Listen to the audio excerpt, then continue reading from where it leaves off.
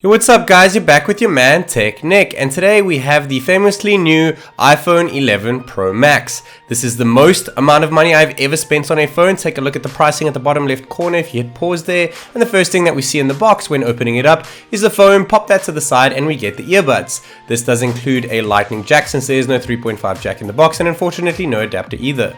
The cable comes with a Type-C to lightning port. It would have been cool to see Type-C on the phone, but there is no adapter for that either, so I struggled with pairing on my PC. We have to also get an 18 watt fast charger included in the box, which is increased from last year's 15 watts, and we also have almost a 800 milliampere bigger battery in the phone as well, which is really cool to see. Apple claims that you'll get a boost in charge speed from 0 to 50% in just 30 minutes using that 18 watt fast charging block, which thankfully comes included in the box. Around the phone we have that power button, we have these wonderful split volume rockers on the left hand side, as well as the mute switch over there. I really like split buttons. I wish that Androids would include this more often, because I really do think it is a strong feature that Apple do have. Then we also have the downward firing speakers at the bottom, and we have the lightning port over here, and which is still limited to USB 2.0 speeds when connected to your PC, which is really bad in my opinion.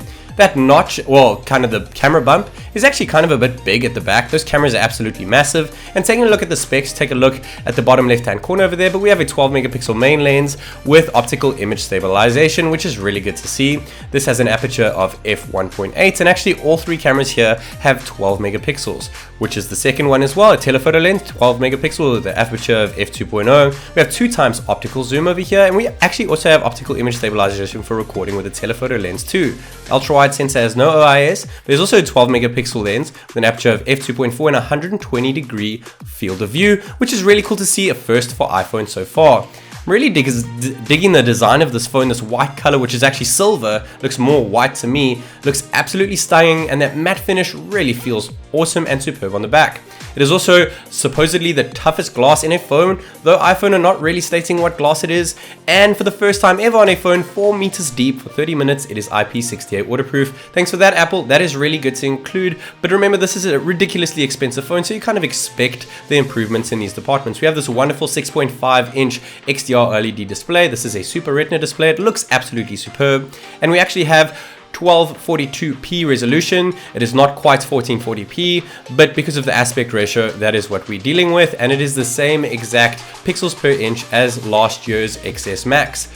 The cool thing with iOS 13 here is that we actually have dark mode, so that's really awesome to see, and you guys will get that in your older versions of Apple iOS 2. So it'll be really cool to get those upgrades. And I mean, is this much of an upgrade? You guys let me know. It looks really awesome, but when you compare it to something else like an Android phone, because I'm a massive Android lover, guys, the screen compared to the Vivo NEX 3 over here, which just released the same day or a day later than the new iPhone 11 Pro Max, the 11 Pro Max actually looks like an outdated phone. Look at that Vivo NEX. It looks absolutely stunning for half the price. It has a lower PPI, but guys, you can't see the difference here, and that screen with that waterfall display is absolutely gorgeous. Nevertheless, the Apple also has Face ID, but strangely you have to swipe up, obviously, when you do get that 3D Face ID, but it is extremely secure, but you have to swipe up from the bottom slider. So those of you coming from Android, there's no way to skip the lock screen, and you have to swipe up from the bottom. We're shooting into cameras over here. We're going to check out some samples. So this is a main camera lens over here, 12 megapixel shot. Looks pretty good. We get a bit of a natural bokeh over there. Now we use actual portrait. This edge detection is ridiculously bad, guys, for such an expensive phone, but ultra wide looks reasonably good. Pretty much like any other ultra-wide phone I've seen, and telephoto looks pretty decent. It would be better to test these outdoors, and I will be doing a full camera test soon, so bear that in mind. Then we have a 12 megapixel shooter in the front. The selfie cam looks really cool. With the blur, it also looks really good over here. Last year we had a 7 megapixel shooter in the front, so this has definitely been improved over here. And there's the new monochrome lens, which everyone is going crazy about. It pretty much makes the whole background white. And then we also have 4K at 60 FPS over here, which looks absolutely stunning. This is just outside of my window. There is a window here, so if you see some dust on the window and stuff, it's because I'm looking outside of my apartment building in Beijing. And going and zooming in here, optical image stabilization is really good. I will include this more in my full camera review. The cool thing though is that we get 4K 60 FPS in the front too. Now of course, if it's got me in the footage over here, it's gonna bokeh me and blur the background a bit.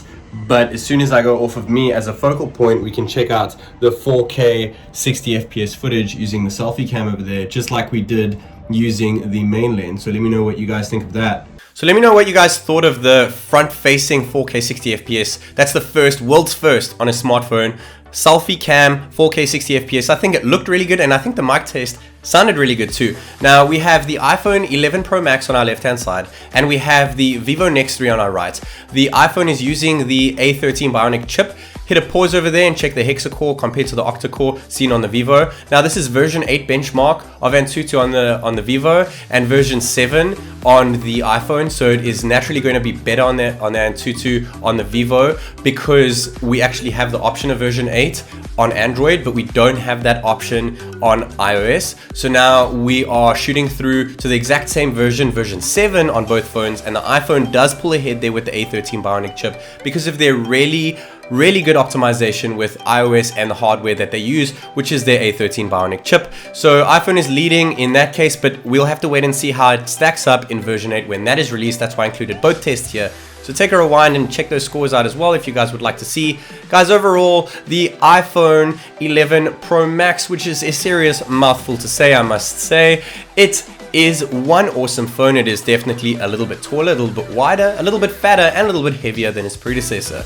It still has that massive ugly notch at the top, which I really don't like, but it is really nice and smooth to flick around the phone with that 120Hz touch sensing, which we have received before in last year's flagship series. Those cameras are really cool. It's really awesome that they threw in an ultra-wide sensor there. I think they could have done a little bit more with them, but they still take really good camera footage, and those videos are going to look awesome. I'm going to start using this as my video camera for YouTube. It just has 4 gigs of RAM, but its optimization is what Apple's all about. And until next time, guys, this is TechNick.